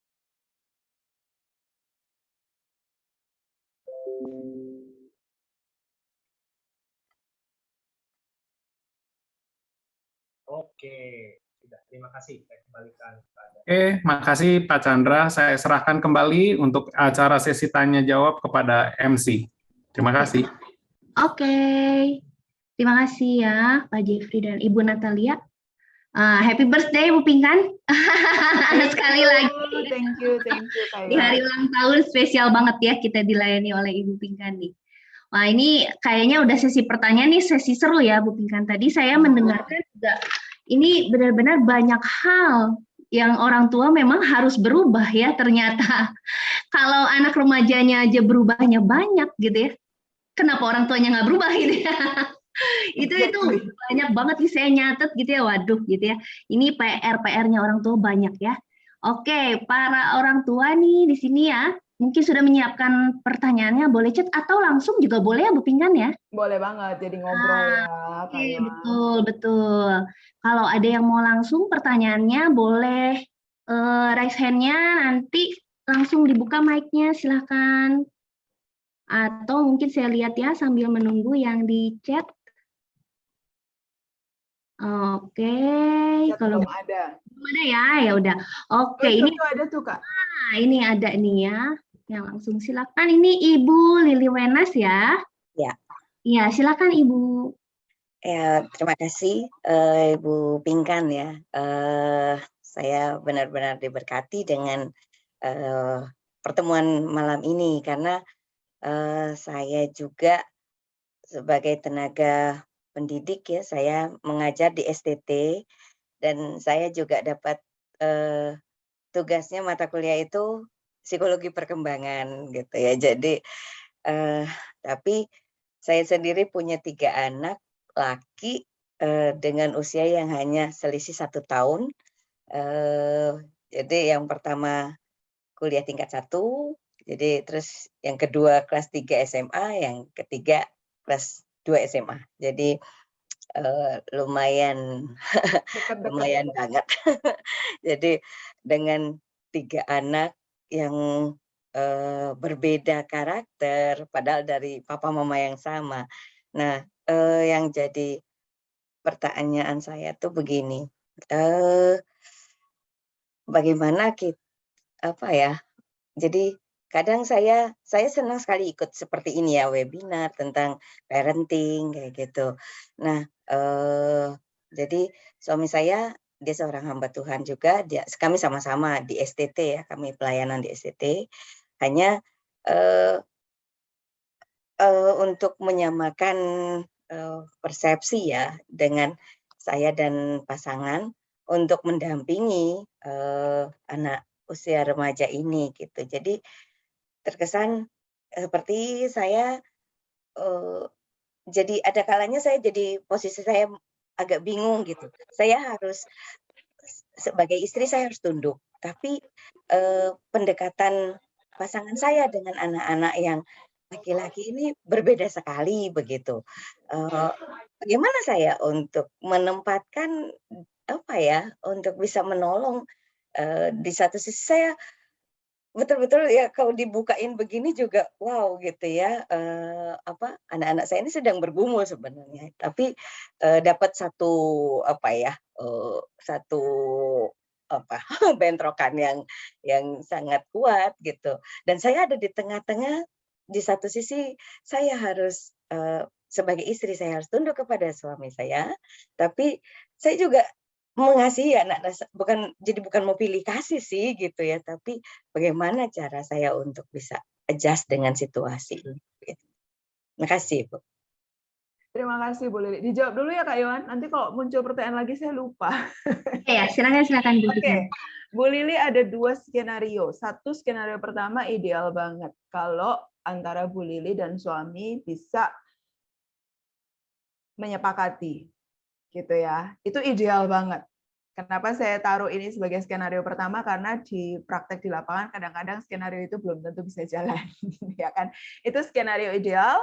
Papa Mama satu tim. Ketika misalnya Papa Mama punya gini Bapak Ibu, tanpa ada pembaharuan understanding kita tentang parenting, kita biasanya akan menggunakan pengalaman kita. Bagaimana kita dibesarkan, bagaimana culture dulu menjadi orang tua, itu shortcut-nya kita. Dan itu manusiawi, nggak ada yang salah dengan itu. Begitulah cara manusia, begitu ya. Tapi kan sejak tahun, let's say, kalau di Indonesia tuh sejak tahun 1970-an, 80-an ketika psikologi masuk ke Indonesia, maka edukasi tentang parenting ini kan juga mulai terus gitu ya, dan sekarang ini makin besar. Dulu ada masa psikologi itu ngurusinnya orang gila gitu kan, yang di klinik, tapi kan enggak sekarang. Kayak saya itu enggak ngurusin yang di situ, tapi lebih banyak ke edukasi. So Bu, first thing first, kalau misalnya sama Bapak bisa adjusting, jadi Bapak juga bisa open kepada knowledge baru tentang parenting, that will be good, sehingga ada kesepakatan kepada anak itu satu suara. Logikanya begitu. Kalau itu berarti kan ini ada isu relasi suami istri, komunikasi relasi suami istri yang perlu diberesin ya dalam hal parenting. Nah, misalnya skenario pertama tidak terjadi. Misalnya Bapak ini karena satu dan alasan kuat sekali prinsipnya tentang bagaimana parenting yang beliau yakini. Karena itu terjadi di lapangan. Maka skenario kedua, Bu, yang saya pikirkan adalah Ibu bukan pilih kasih tapi menjadi bridger, menjadi penjembatan antara ayah dan 3 anak laki-laki ini. Saya tahu ada keluarga-keluarga yang memang tidak ideal fungsi keluarganya. Tapi tidak berarti kalau anak dari keluarga yang disfungsi tidak bisa jadi orang. Pemikiran itu juga jangan mencekam kita gitu ya. Karena boleh jadi justru dari ketidakidealan itu, ketika si anak bisa mengerti kenapa ketidakidealan itu terjadi, dia memperoleh sudut pandang, dia juga bisa menjadi manusia dewasa yang justru lebih bijak nanti, Bu Lili. Gitu. Jadi gini, luka masa lalu tidak selalu membuat kita akan hancur. Luka masa lalu kalau diolah dengan baik justru bisa menjadi potensi kita. Gitu. Jadi apa yang dulunya ketidaksempurnaan, ketidakidealan, luka, itu kalau diolah dengan baik justru bisa menjadi sesuatu yang bermanfaat di masa depan. Justru bisa menjadi sesuatu yang baik. Nah, menjadi jembatan tuh begini, Bu Lili. Nanti Bu Lili bisa membantu ya menganalisis kenapa misalnya, kan kita nggak bicarakan di sini prinsip-prinsip pengasuhan yang bertentangan itu apa. Tapi misalnya ada satu prinsip pengasuhan yang Bu Lili sendiri merasa sebenarnya nggak setuju sama suami. Tapi suami kekeh dengan itu. Nah, Bu Lili bisa membantu anak-anak untuk mengerti. Misal, kenapa seorang ayah misalnya sangat strict dengan satu prinsip tertentu gitu. Biasanya ini tadi yang saya pernah singgung, Bu Lili. Kita sebagai orang dewasa itu biasanya kekeh dengan sesuatu karena itu ada akarnya di masa lalu kita. Entah dulu kita punya pattern pola asuh seperti itu, kita punya experience traumatic, gitu kan? Nah, faktanya memang yang lebih mudah berubah itu yang lebih mudah sih Bapak Ibu, yang lebih muda usianya. Kadang-kadang orang kalau usianya tua tuh terjebak dalam pemikiran yang sudah mengkristal, udah sulit berubah. Misalnya nih Bu, katakanlah Bapak udah mengkristal gitu ya, sulit. Nah, maka memberi pemahaman kepada 3 anak laki-laki ini. Latar belakang prinsipnya papa yang seperti itu tuh ini loh, Nak. Supaya dia bisa, anak ini bisa adjust, yang tadi bagian adjust Bu ya, bagian adjust tadi. Jadi dia bisa melihat persepsi ayahnya, gitu, dan dia juga bisa melihat bagaimana ibu berusaha menjembatani itu, gitu, mencarikan win-win solution-nya, negosiasi di tengahnya bagaimana gitu. Nah, kalau lihat usianya anak-anak ini, saya kira mereka sudah biasa diajak berbicara, diajak ngobrol. Satu sisi, ibu juga membuka telinga untuk mendengar dari sudut pandang anak-anak ini tuh mereka mempersepsikan papahnya seperti apa, kan gitu ya. Mempersepsikan papanya seperti apa, kenapa kok dipersepsikan kayak gitu. Nanti kalau pada saatnya tepat, suami moodnya lagi enak, itu bisa disampaikan. Gitu. Kira-kira gitu sih, Bu. Ya. Oke. Satu lagi mungkin begini ya Bu ya, untuk bisa melihat apa maksudnya situasi kami itu, kami kan tinggal di dalam kampus ya. Nah, jadi kami kan jadinya bisa dikatakan 24 jam lah dengan mahasiswa. Jadi kalau misalnya mereka ada yang bermasalah atau apa, kami itu harus siap sedia begitu kan ya Bu ya. Nah, jadi terkesan anak-anak tuh suka, mahasiswa diurusin. Kalau kami mau begini, udah sana urusin aja mahasiswa seperti itu gitu. Jadi kadang saya bilang ya nggak bisa seperti itu. Nah, cuman ya itu yang sering terjadi. Jadi situasinya yang agak sering kali saya sulit untuk gitu. Makasih. Ini sindrom anak pendeta, Bu Lili. Saya juga anak pendeta, so I know very well. Anak pendeta itu harus membagi orang tuanya dengan orang lain, dan dia selalu diukur dengan satu standar anak pendeta kok gitu. Itu sindrom dari zaman dahulu kala gitu. Yes, Bu Lili, saya jadi bisa. Nah gini, berarti kan kalau ada momen yang pas, Ibu bisa mencoba mencari jalan ke tengah gitu ya Bu. Konkretnya nih, kalau anak merasa mempersepsikan mereka selalu di nomor sekian kan, berarti mungkinkah di dalam beberapa waktu ke depan ada momen-momen Bapak Ibu bisa mengatur dalam organisasi untuk misalnya mengambil cuti 3 hari atau 2 hari special for them. Itu langkah konkret yang akan kelihatan sama anak Bu. Itu akan kelihatan anak. Oh, di tengah pelayanannya Papa Mama juga ada luangkan waktu untuk saya gitu. Itu konkret banget. Jadi misalnya Ibu bisa usulkan sama suami, yuk kita ambil sabbatical gitu ya, ambil cuti selama berapa waktu sudah diatur, kita fokus buat anak-anak. Di momen itu Anda bisa, karena saya yakin buat Ibu Lili dan Bapak pasti punya panggilan untuk memberikan diri menjadi pelayan Tuhan. Nah, sisi panggilan itu yang kadang anak tuh nggak ngerti, Bu. They don't get it. Kenapa gitu loh? What's behind it gitu. Itu yang mereka belum pahami. Nah, makanya saya bilang tadi jalan ke tengah dulu. Anda dan suami sediakan waktu dulu, nah nanti bisa nih pembicaraannya bisa masuk.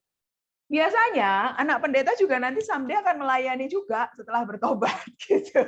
Jadi struggle dari dulunya merasa, tapi ketika someday ya itulah. Gitu Bu Lili, semoga bisa membantu ya. Terima kasih banyak banget. Thank you Ibu Lili, Tuhan memberkati. Iya, oke. Ya, itu pertanyaan dengan jawabannya sangat lengkap dan mungkin banyak juga ya menjawab, karena di sini banyak pendeta juga, Bu Pinkan gitu ya. Jadi harus mengambil cuti sabbatical juga ya, khusus untuk anak-anaknya. Sambil menyamakan persepsi. Kita lanjut ke pertanyaan kedua ya, Bu Pinkan. Ini sudah ada saya bacakan yang di chat. Bagaimana menghadapi anak-anak yang sudah terlanjur melawan terus pada orang tua, dan bagaimana cara mengubahnya dari awal lagi. Ini kemungkinan banyak pertanyaan yang seperti ini mirip-mirip ya Bu Pinkan. Jadi udah tahu nih anaknya sekarang remaja gitu ya, wah kayaknya udah persepsinya udah nggak bisa gitu ya, komunikasi udah nggak bisa jalan. Nah kalau udah terlanjur seperti ini, bagaimana memulai dari awalnya lagi? Ya. Seperti itu. Coba diteliti lagi ya, persepsi kita, label yang kita berikan melawan itu betul apa enggak sebenarnya. Misalnya nih Kak Yohan ya, ada 5 kejadian kita konflik sama anak remaja kita. Boleh jadi, mungkin ada 2 kejadian yang dia dengan sengaja itu against ya, kontroversi sama kita, kontradiksi sama kita. Karena, nah ini menariknya gini, biasanya saya ajak berpikir dulu pakai skenario yang memang dia sengaja ngelawan gitu ya. Kan anak itu kalau ingat tadi kebutuhan jiwa dicintai. Kalau relasi cintanya ini kuat, naluri kita itu kan kita nggak mau ngelukain ya. Tapi kalau dia sampai merasa butuh untuk melukai, kemungkinannya bisa begini. tabungan cintanya mulai berkurang, dia mulai merasa tidak lagi diperhatikan dan sebagainya, sehingga kalau dia ngelawan dan diperhatikan, itu pun bisa memenuhi kebutuhannya untuk diperhatikan. Oke. Make sense ya? Jadi kayak ada bahasa terbalik gitu loh Kak Yohan. Iya. Berulah supaya diperhatikan. Karena kalau saya nggak berulah, papa mama nggak perhatiin saya. Oke? Iya. So lihat message ya.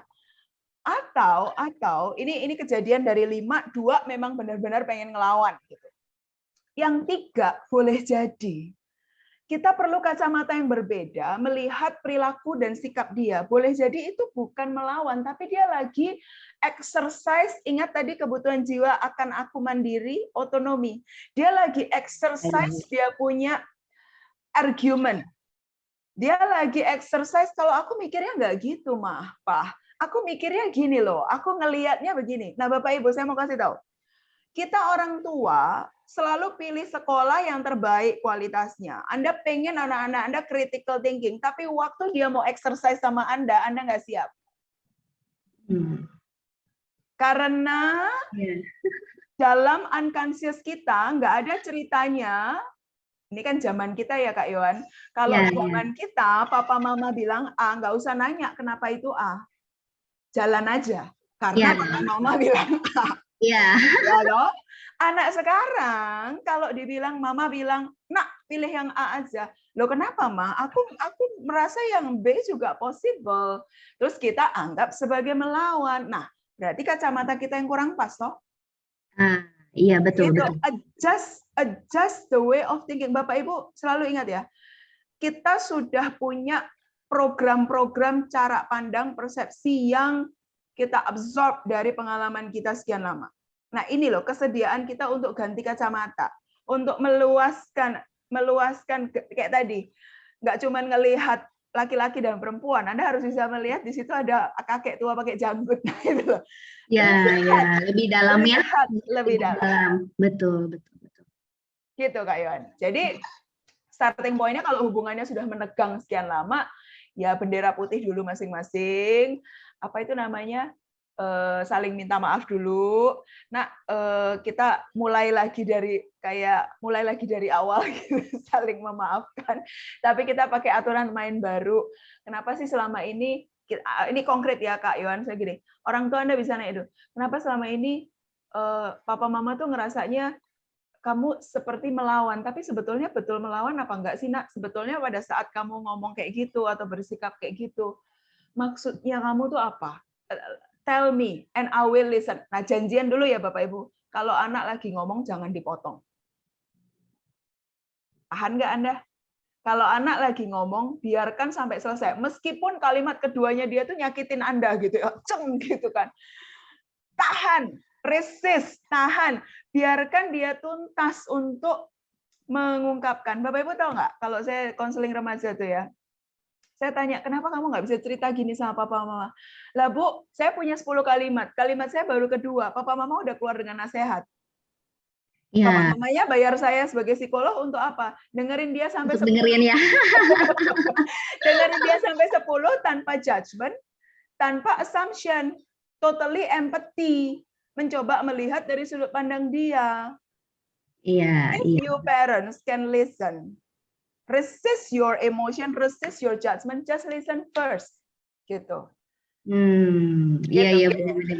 Jadi tadi prinsipnya udah dibahas yang di Grace itu ya. Yes. Ikuti saja itu tahapannya Grace ya, dan mau ngomong memang orang tua dalam hal ini harus banyak berkorban sebenarnya ya, Bu.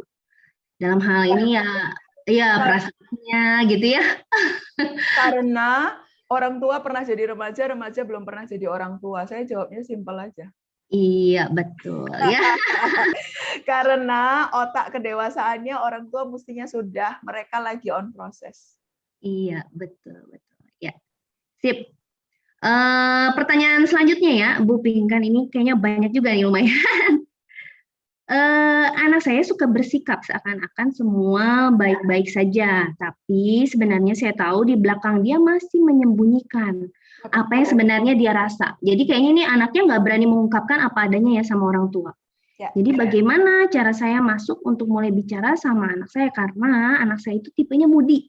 Ya, Oke, satu, ibu masuk atau bapak atau ibu masuk untuk mulai mendengar, bukan mulai bicara. Sama ya.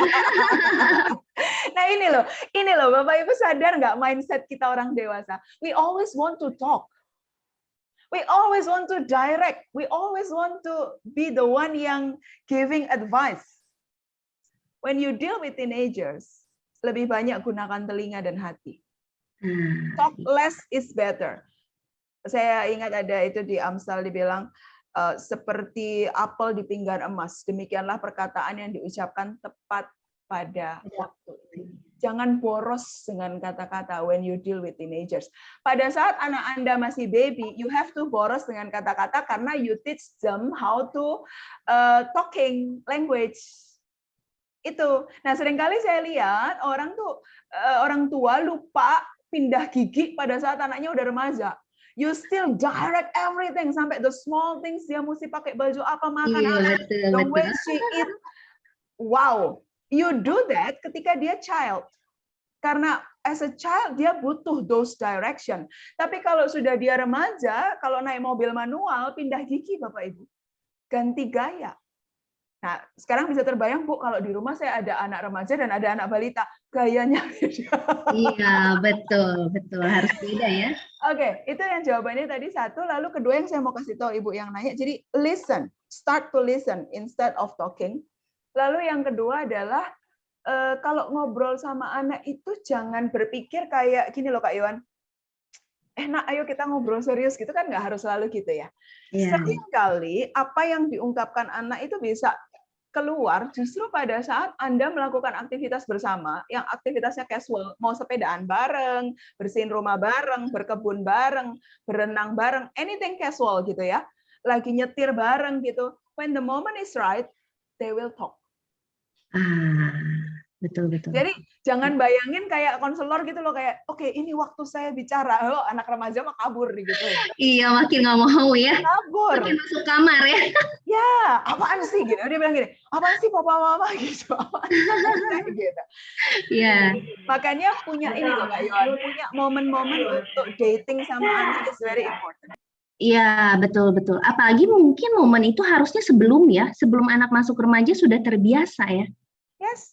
Itu lebih enak gitu ya. Untuk menghadapi remaja udah terbiasa curhat ya. Terbiasa ada momennya, betul. Dating lah sama anak. Sorry, ada bocor ini sebentar ya. Oke. Kak Yohan jadi mati, ke mute. Ya, oke. Ya.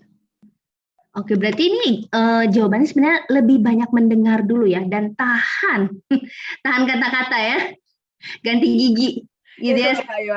Jadi netral dulu. Nah, kata-kata keluar setelah Anda sudah deal dengan emosi Anda sudah adjust your thinking, baru communicate. Iya, betul. Jangan berkata-kata kalau kita sedang emosi ya, waduh, akan banyak yang disesali itu yang keluar ya. Betul. Sip. Mantap. Mungkin itu mudah-mudahan yang bertanya terjawab ya. Jadi latihan untuk mendengar dan sedikit untuk berkata-kata. Yang selanjutnya, Bu Pinkan, bagaimana respon terbaik untuk menghadapi orang yang seringkali menyampaikan dan membuat keputusan itu secara emosional atau meledak-ledak? Pada saat dia lagi emosi, Anda jadi air. Kalau emosi itu api, Anda jadi air. Just cooling down. Ini masalahnya kalau dua-duanya api gimana ya? Kadang-kadang itu. Itulah Kak Yohan, itulah. Jadi mekanisme kita tuh seringkali gini loh, apa yang kita dengar, apa yang kita lihat tuh langsung mengakses otak emosi. Nah, yang kita perlu latih adalah jalurnya jangan langsung ke otak emosi. Boleh kita tersinggung, boleh Anda marah, boleh Anda kesel, tapi mikir dulu gitu loh. Perasaan saya ini sebenarnya perlu saya ledakkan lagi, atau saya bisa nggak perlu. Contoh ya Bapak Ibu, kita driving nih, terus orang menikung jalan kita, terus kita meledak dalam amarah. Coba kalau dipikir lagi, ada gunanya nggak? Perlunya apa? Itu kan something yang out of control, kecuali dia nyerempet Anda, ya udah. Kalaupun sudah nyerempet, Anda turun, beresin toh secara legal, apa perlu terus Anda tonjok dia gitu kan. Coba kalau dipikir lagi, Do we really need to do that? Gitu. Nah, makanya ini kan akal budi ya Kak Iwan ya. This is about akal budi. Gitu. Jadi Bapak Ibu kalau selama Anda mungkin merasa, oh saya itu berarti masih emosian. So, this is your part untuk learning to be more mature, lebih mengaktifkan rasional Anda, tidak controlled only by your emotion. Oke. Atau mungkin ada hal-hal yang tersembunyi masa lalu itu ya. Oh iya. Dia selalu meledak-ledak ya. Kalau bagasi emosi kita masih terlalu penuh, kita masih punya hal-hal yang kita belum sembuh. Gini deh Kak Yohan, paling gampang. Kalau saya ini misalnya ada luka di tangan saya nih Kak Yohan, luka bakar gitu misalnya belum sembuh. Ya. Kak Yohan lewat saya pasti minggir kan? Iya. Senggol dikit ini sakit. Ini yang tadi saya bilang. Sebenarnya emosi kita itu adalah indikator buat diri kita sendiri. Something inside us. Oke, saya kasih contoh analogi. This is good analogy. Bapak Ibu tahu dashboard mobil ada lampu-lampu yang menunjukkan kalau misalnya air radiator habis, oli dan sebagainya, right? Ya. Bayangkan emosi Anda itu seperti lampu signal indikator. Waktu Anda marah, waktu Anda sedih, sesuatu di subconscious Anda sedang terjadi. Seperti mobil, kalau air radiator habis, Anda nggak bisa lihat. Oli habis, Anda nggak bisa lihat. Tapi di dashboard Anda dikasih tanda. So emotion sebenarnya menandakan something inside you. Ini yang tadi saya maksud dengan take responsibility of your emotion. Selama ini Anda sering berpikir, saya emosi karena orang lain, saya emosi karena dia, saya emosi karena dia. Malam ini dengar baik. Our emotions itu have things to do dengan what inside us. So deal with that. Beresin itu gitu. Karena masing-masing kita punya luka-luka emosi yang harus kita beresin. Nah, seringkali tuh orang tuh gini loh Kak Yon, aku baik-baik saja kok gitu. Nah, udah. Iya, betul. Nggak sadar bahwa dia ada luka ya. Ditutupin. Lama-lama melebar. Sampai hari ini orang kalau suruh konseling, aku kan nggak gila. Siapa bilang konseling itu? Saya juga mau konseling kalau lagi banyak ini pengen saya konseling kan gitu. Iya. Ya, oke, semoga terjawab dan mungkin ini kalau yang ditanyakannya orang ya bukan remaja berarti mungkin orang tua ya, sisi orang tua yang selalu mengambil keputusan ya. Jadi belajar untuk melihat apa yang sedang ada dalam diri kita. Yes. Nomor selanjutnya ini, waduh, masih bisa ya satu lagi aku bingung. Menjadi orang tua bagi remaja kadang harus melepas. Nah, ini melepasnya huruf besar semua ya. Demi relate dengan perkembangan zaman. Kadang membatasi demi keamanan.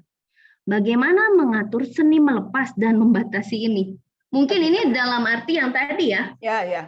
Itu bombardir secara media itu udah luar biasa. Jadi wise-nya tuh harus seperti apa sih orang tua sekarang? Yes. Saya kira 2 tahun terakhir kan pertanyaannya bukan lagi anak boleh pakai gadget apa enggak. Lalu sekolahnya di gadget. Iya.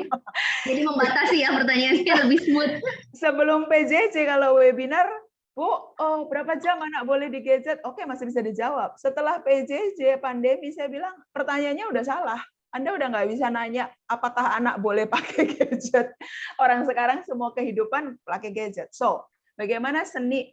Thank you ya Kak Andre, ini pertanyaannya mantul gitu ya. Kak Andre secara seninya begini. Logic behind it.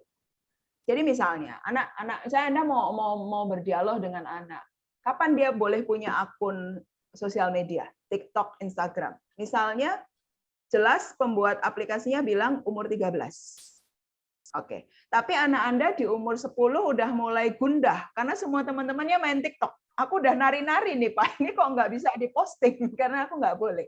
So, seni untuk tetap menahan sebelum usia 13, duduk bicara sama dia. Kenapa sih kita cari tahu sama-sama Yona? Kenapa ya Instagram tuh kasih batasan di umur 13? Gitu kan? Kenapa? Kenapa TikTok juga? Saya nggak tahu kalau TikTok, nggak main TikTok ya. Mungkin sekitar 13 juga. Setahu saya Instagram tuh 13. Cari tahu. Nah, sekarang Anda juga bisa dibantu oleh YouTube, oleh robot untuk mencari sumber-sumber informasi. Misalnya kalau Instagram, Anda bisa akses the dangers of Instagram. Kalau pernah lihat video singkat di mana dalam sepersekian detik, kalau anak posting sesuatu, sudah ada predator-predator yang menyukai anak itu akan masuk dengan akun-akun palsu, gitu. Iya. Misalnya kayak gitu. Tapi terus ada yang gini lagi.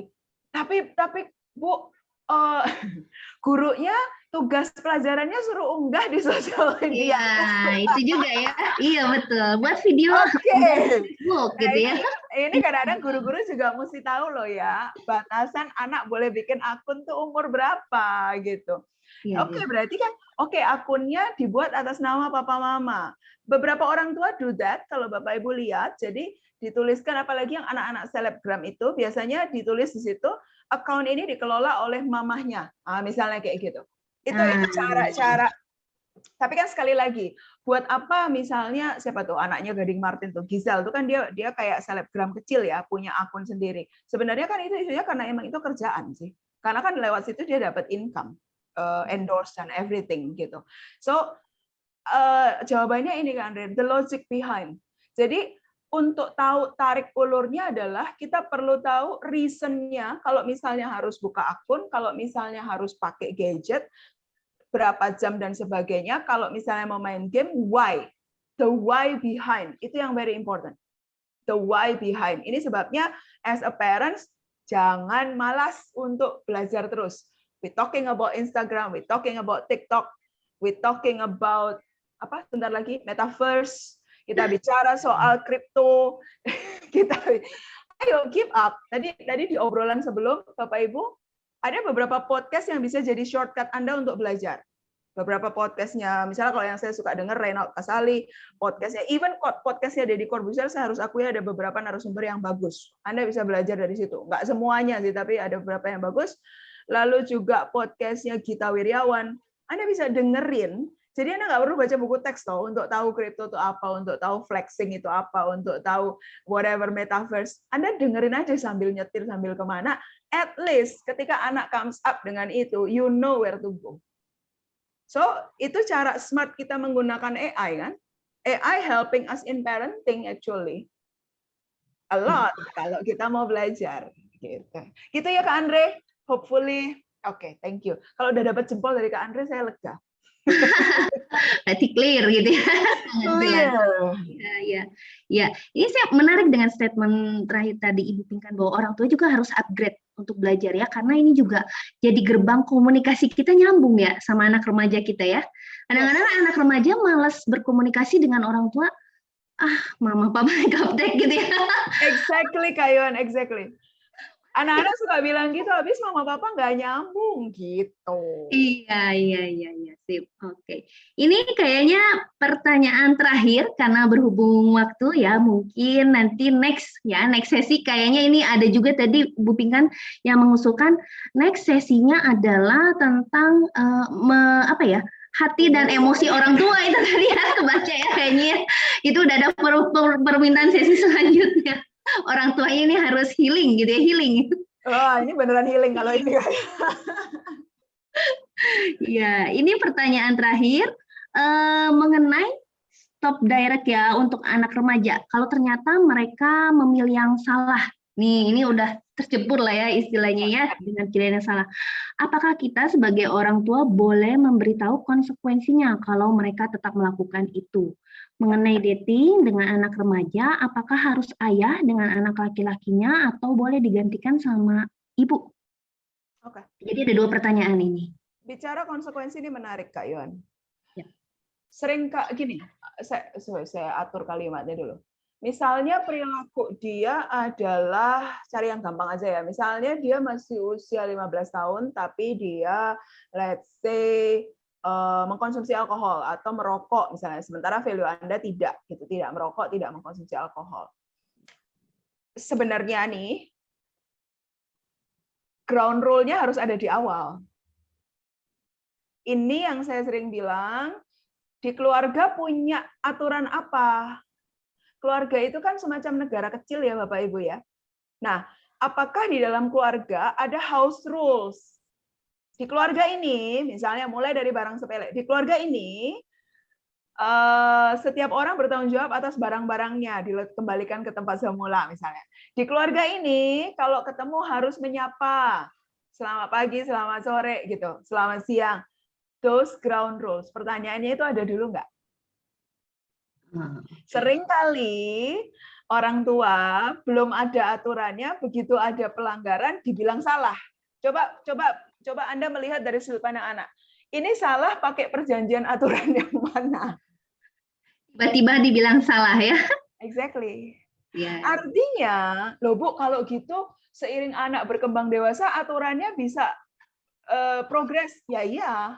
Misalnya, anak masih SD, Anda tidak izinkan dia keluar sendiri kan? Anda antar jemput. Begitu dia SMP, dia bilang mulai, Ma, aku boleh dong keluar sendiri, keluar sama temen nonton bareng. Oke, rules-nya sampai nanti kamu SMP, kamu nonton di bioskop, kita ke mall bareng, kamu sama temenmu, papa mama hangout di mall yang sama. We will meet again jam berapa? Oke. Dan Ya. kamu bawa handphone, whatever lah gitu. Handphonemu masih papa mama lacak dengan GPS, whatever the rules gitu. Masing-masing keluarga punya sendiri-sendiri. SMA kan udah nggak gitu lagi. Pasti anak SMA suka ngamuk kalau ditungguin papa mamanya di mall. Iya, kan? iya, iya. Oke, dan Anda mesti adjust lagi jam pulangnya jam berapa. Lalu tetap ya handphone harus on, misalnya kayak gitu. Nah, rules-nya ada. Jadi seperti negara Bapak Ibu, ada hukumnya dulu, ada aturannya dulu. Dan remember this. Aturan yang Anda terapkan juga sebaiknya disepakati oleh orang tua juga, dilakukan oleh orang tua. Maksud saya gini, jangan larang anak Anda merokok kalau Anda merokok. Udahlah, itu paling gampang. Anak itu, remaja itu idealisme sekali. Kalau idealis sekali. Kalau Anda melarang sesuatu tapi Anda melakukan, mati kita, mati langkah gitu loh. Anda nggak bolehin dia untuk, misalnya nih, ini contoh. Anda merasa anak nggak sopan kalau ngomong sama Anda sambil dia texting di telepon. Oke, kalau itu mau jadi rules, jangan lakuin itu juga loh sama anak. Jangan Anda lagi texting, anak Anda ngomong, Anda jawab. Mendingan gini, bentar nak, mama selesaiin dulu ya, papa selesaiin dulu. Taruh yes, eye contact. Kita sering keberatan kalau mereka do that, tapi tanpa sadar kita do that. Jadi moral itu tidak cuma diucapkan, tapi diteladankan. Anda tidak suka anak Anda kalau ngomong nyolot atau kalau marah nyolot banting barang. Cek cara marah Anda gimana. Cara marah Anda ke pasangan seperti apa.